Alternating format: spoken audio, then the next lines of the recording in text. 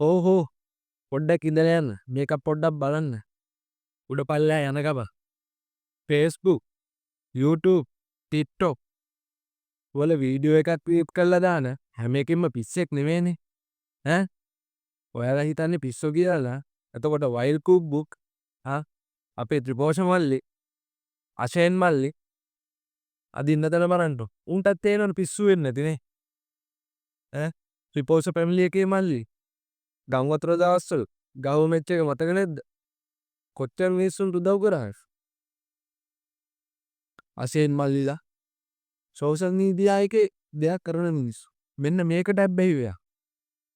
එතකොට උඹ බොන කුඩු ටිකයි, අයිස් ටිකයි, ගංජා ටිකයි එක එකව හදන්න ඕවට හැබ්බැහි වෙලා එහෙම ඕනේ නැහැ. මේකට පුරුදුයා. ওই සේරම අමතක වෙනවා. ඔබට කුඩු ගහන්න වෙලාවක් නැති වෙනවා. ඔබට ගංජා ගෑල්ල බොන්න වෙලාවක් නැති වෙනවා. ජීවිතේ නිකන් නාස්ති කරගන්න එපා. මේකට උරුයා.